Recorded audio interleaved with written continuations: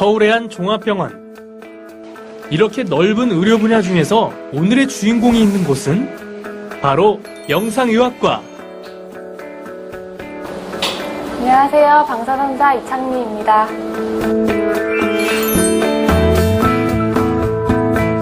네, 방사선사는 의사의 진료 활동을 도와서 방사선과 관련된 진료나 검사를 시행하는 의료기사입니다.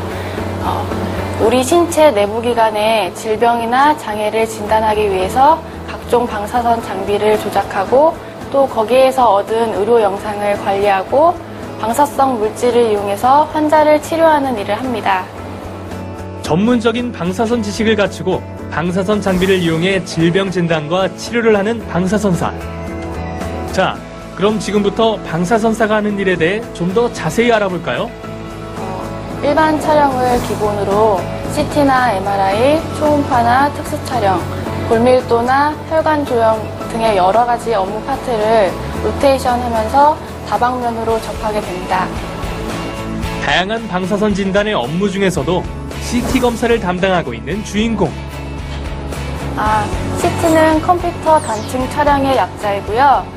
우리 몸의 구조물을 여러 가지 단면으로 획득할 수 있는 X선 촬영 장치입니다.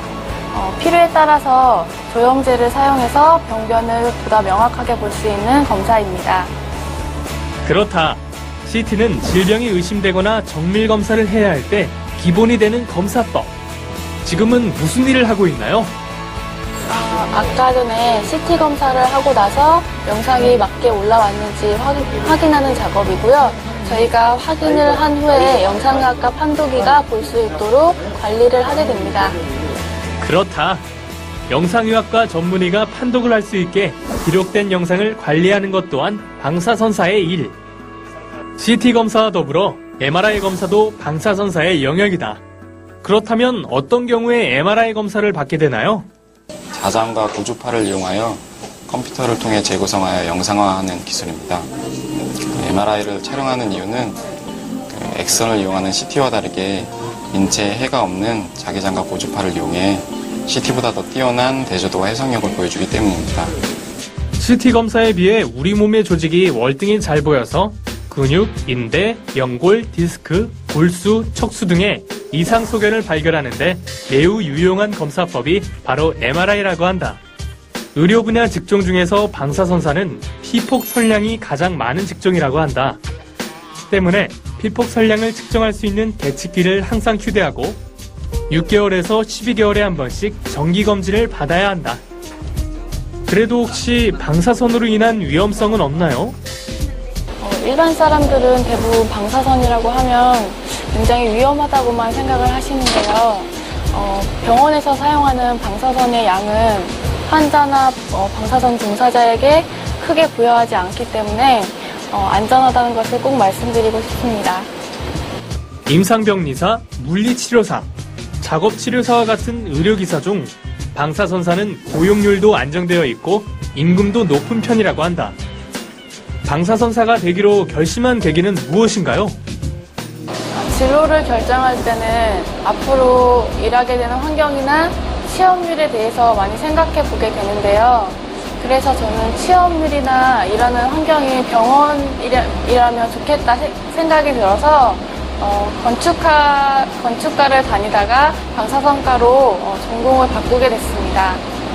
대학병원에서 일을 하면서 많은 것들을 느끼고 환자들에게서 오히려 많은 것들을 배우고 있다는 주인공.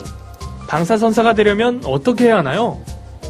방사선사가 되기 위해서는 대학이나 대학교에서 방사선학을 전공하고 방사선사 국가시험에 응시를 해서 연어를 반드시 취득을 해야 합니다. 연어를 취득하고 난 후에는 취업을 본격적으로 할 수가 있는데요. 병원이나 기타 방사선과 관련된 분야를 자신이 원하는 곳을 선택을 해서 취업을 하실 수 있습니다. 방사선사는 주당 40시간 이상, 그리고 저녁, 주말 근무도 감수해야 한다. 무엇보다 신체적인 강인함이 요구되는 직업이라는데 방사선사에게 필요한 자질은 무엇인가요? 이 분야는 의료 장비를 다루고 모든 시스템이 전산화되어 있기 때문에 신중하게 일하는 자세가 필요할 것 같습니다. 그리고 기본적으로 인체의 해부학을 이해하고 방사선 피폭 관리에 항상 유념을 해야 합니다.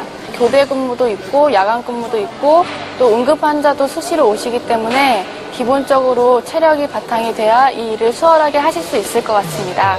다른 사람의 이야기를 들을 줄도 알고 남을 배려할 줄도 아는 원만한 의사소통과 대인관계가 요구됩니다. 최근 방사선 기기도 계속 발전하는 만큼 새로운 기기 조작 능력 또한 요구되는 방사선사. 방사선을 이용한 의료기술로 질병의 진단과 치료에 크게 기여하고 있는 이들은 의료 분야에서 중요한 위치를 차지하고 있음이 분명하다. 의학의 발달로 평균 수명이 길어지고 생활 수준이 높아지면서 건강에 대한 관심은 건강검진의 중요성으로 이어지고 있습니다. 이로 인해 우리 몸속의 병소를 확인해 볼 수 있는 영상의학과 전문 인력, 방사선사에 대한 수요 또한 증대되고 있다고 합니다. 방사선사가 되기 위해서는 대학이나 대학교에서 방사선학을 전공해야 하는데 대학은 3년제 과정, 대학교는 4년제 과정으로 이루어져 있습니다. 3년제 이상 방사선학을 전공하고 반드시 방사선사 국가시험에 합격해 면허를 발급받아야 합니다. 이외에도 방사선사와 관련된 자격으로는 방사선 동위원소 취급자 일반 및 감독 면허, 방사선 비파괴 검사기사 및 산업기사 등이 있습니다. 방사선사는 의료기관으로 많이 진출하고 있습니다. 보건직이나 의료기술직 공무원으로 진출할 수 있고 방사선 관련 업체의 품질 관리나 안전 관리를 담당할 수 있다고 합니다. 방사선 관련 연구소나 관련 산업체, 방사선 관련 의료기기를 연구 개발하는 업체에도 취업할 수 있습니다.